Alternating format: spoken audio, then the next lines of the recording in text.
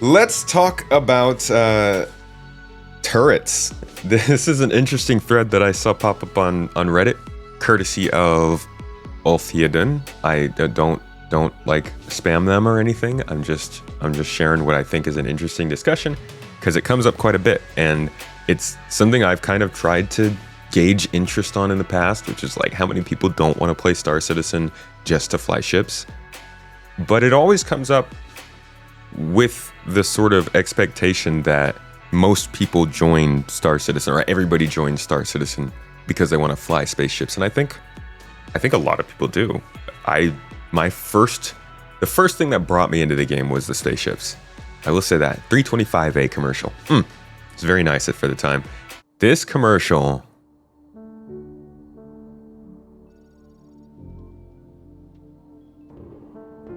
If someone were to ask you, what is speed? What would you tell them? What would you tell them? Is it simply a measure of distance covered over time? It's velocity, yes. The magnitude of velocity? Oh, yeah, there you go. Or is it something more? At origin, speed is more than a number. It's a drug. It's a state of being. Oh. Speed is a shock to the soul. Speed is a call to action. Speed is... Like this shot, I'm pretty sure I was sold at this point. Because all I've been thinking is, oh my gosh, there are spaceships and I can walk around and the spaceships look pretty cool. And that's really all I was looking for. I didn't need anything else. The freaking bar wasn't high. The last space game I played was Mass Effect 3. And then all the other ones started getting canceled. So the spaceships got me. From Origin Jumpworks. But then I looked at what Star Citizen was, and immediately I didn't care to fly them ships. I wanted to be this guy. I wanted to be out here walking around with ships around me, but I didn't want to fly them. I wanted to be on board them and stuff. And I think there are probably other people like that. I'm not saying that everybody's like that, or the majority even of people are like that, but I think it's a reasonable thing to consider that some people don't want to fly. Anyways, getting into this post, it says, nobody, and I say nobody, will ever want to sit in a turret for just being able to activate QED or IEM. That, honestly, I wouldn't say nobody emphatically, but yeah, I bet most people do not want to just do QED or IEM or just E-War stuff, and those ships are going to have to see more features come to the availability of the people in those ships. But yeah, for something like that, it's going to be more boring.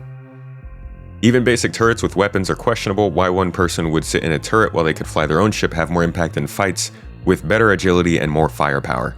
So that's where I think it goes a little bit wrong, because there's a whole gradient of why people are going to sit in these seats, right? Some people would want nothing to do with pressing a QED button, but other people might be, hey, I'll be on board your ship. I'll get in the turret if you run into trouble, but in the meantime, I'm just going to be, cleaning and repairing my weapons in the cargo hold, or I'm going to be moving some of the cargo around our ship, or hell, I'll be doing some refining while we're flying around. You can still do other stuff on the ship. There's this little game you might have never heard of, not super popular. It's called Sea of Thieves, and in that game, you don't do just one thing. You kind of scramble around and do a bunch of different things. And I don't think that's what everyone's going to do. We have orgs, we have roles, we have a lot of people who do prepared gameplay.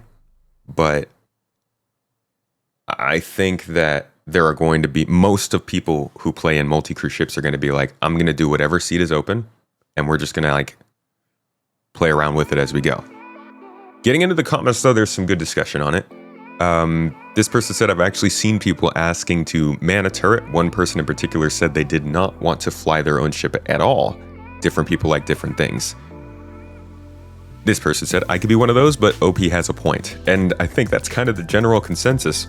But there is, I think, still this weird belief that nobody's going to want to do anything but fly ships. The idea that Why would you sit in a turret when you could fly your own ship? There are so many times when you can just be sitting in a turret for transportation and you just get in the turret to help them fly while they're going somewhere. But the obvious answer to this is NPC crew, right? People really want NPC crew so that they can put butts in these seats. And I'm wondering if the AI blades will be able to control manned turrets at any point. I know this is a big if, okay? This is the most extreme example of what they can do for people who are sitting in a turret and bored. Arena Commander is a simulated app on your Moby Glass that lets you log into a deathmatch or something, or a race, whenever you want. Okay, I'm gonna get that out of the way. That's crazy. But we do have sim pods, and we have always been led to the understanding that sim pods would be able to sit in your ship cargo hold, and you can hop in it to access Arena Commander. On top of that, we've got weapons and stuff to repair and fix. Clearly, they're putting more stuff on board of ships to help them be customized and a little bit more interesting. Chessboards, pool tables, desks. These are very, very lame excuses. I'm not saying these are going to handle all of the idea of your board during quantum travel.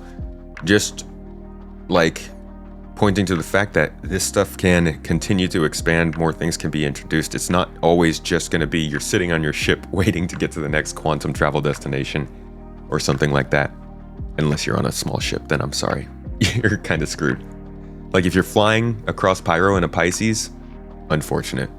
But the conversation continues here. This person said, while I somewhat agree when it comes to QED specific seats, I think you severely underestimate the amount of people who have zero interest in the flight portion of this game, but a massive interest in being a gunner. To counter that, the next person said, you are severely overestimating how many people would want to be dedicated gunners, especially considering the ratio of turrets to pilots. Plus, you will need to fill even more non-pilot roles like engineers and so on. This is true. And I think there's going to be a lot of disappointment surrounding the larger ships, like maybe the Perseus and higher, when people are like, oh, I don't have friends for this ship. This all sort of hinges on how social this game ends up being. If CIG can manage to actually make people act like humans together and work together and do things and protect themselves from bad actors at the same time, this could be a huge success. If they can't do that, this could be a really big problem for the game. Because this is true, there are a lot of seats to fill in some of these ships if you want to have them run at top efficiency, but I'm betting most ships just won't be running at top efficiency. And if you're in a big ship, you're gonna be OP almost if you have a full crew. Whereas if you are... I think the meta for this game is always going to be fill whatever ship you can. If you have 5 people, take a 5-person ship. Don't take a 10-person ship. If you have 3 people, take a 3-person ship. Don't take a 5-person ship, that kind of thing.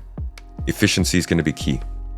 I think as soon as there is enough gameplay and big experiences like the 4.1 Hather thing, then not flying won't matter as much. Ding, ding, ding. Ding, ding, freaking ding, yes. Freaking ding. That is, yeah.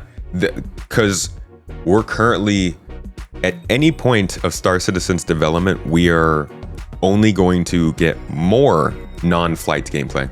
The airplane is pretty close. Because Star Citizen is always focused on flight first, they're always going to be adding more gameplay that doesn't have to do with flight. So there's the least amount of motivation for somebody to not fly in this game right now. You can't even get places without a ship. I'm gonna plug myself here. I don't know why I didn't bring this up before. I made a video about this, and it actually has some pulse statistics. Hey, what do you know? I was looking at this last time we opened this video. So this is a series of some polls I did last year. This is 2023 I did this. So there wasn't that much gameplay outside of flying as much in 2023. I mean, we had just gotten salvage and stuff, but still outposts weren't that great. Distribution centers weren't there. There weren't any of these Hathor logos. It was still the Star Citizen of flying around, which I guess we still are in. That's not my point. My point is there was less non-ship gameplay then than there is now. And that trend will continue. But back then, if you look at all the different ways that people voted, actually, the majority, between Twitter, which got 445 votes, Reddit got 5,000 votes, and YouTube got 2,000 votes, most people said that they would be, looks like mostly piloting. But a pretty large amount of people, I think more than 50% of people said that they would be running crew as well. So even if people are mostly piloting, there's still a lot of room for people who are doing crew time. And again, this is before a lot of people were made aware of how much more crew stuff there would be in Star Citizen. Majority side of the pilots or Star Citizen. Many want to spend shut up. Yeah, so here's the results of that. You see the least answered was 100% on foot. Only 2.98% of people said that. But the second least answered was 100% piloting. So those are the extremes. Most people don't want to do either of those things. The most answered question in total was 50-50. 50% piloting, 50% on foot. And then the second most after that was mostly piloting with some foot gameplay. Third most was mostly on foot, some piloting. So, like, there's a pretty solid balance of people. But I bet if I run this poll again in a year's time, it would probably weigh more towards this side. I think I'll do that. We'll come back to this sometime in the kind of near future and see what people have to say, because I think that more and more people are willing to run crew over time. But that being said, this is always going to be an interesting topic. I think people are always going to be debating this, and it'll always be a push-pull in Star Citizen. I don't think they're going to get it right. Perfect. I mean, maybe they'll get it right, but I don't think it'll be perfect. I think big ships will suffer, solo players will suffer, big groups will suffer, and small ships will suffer in some circumstances. But overall, I do think the idea and what they're going for here is worth at least trying, seeing if they can make this work on a large scale. I think that I think he has a point here that there are going to be empty ships. The solution to that is not for Star Citizen to change the game. I think it's just for them to make it easier to find people and for us to get used to working with people, because that's like the whole idea of the game, right? I just wanted to run us through this little discussion here and show kind of where the community is. This person says, I prefer turret duty. Sometimes I prefer to be the designated driver. Yeah, but OP is right. Image being just a QED guy, you don't even get guns. I run turrets all the time because my friend group likes to use one ship and we just upsize for how many people are online. And I think that'll happen a lot. And that's why a lot of people are probably agreeing with the whole idea of the QED and the Scorpius. But maybe not as much with the idea that there just won't be crew. Last night I was playing with my organ. Even though we were all capable pilots, we played the whole session in basically one ship doing combat missions and had a blast. I agree 100% with what you say, but I've complained about some things and people respond with, oh, but that's how it is in real life. Yeah, I don't think the real life argument makes a lot of sense.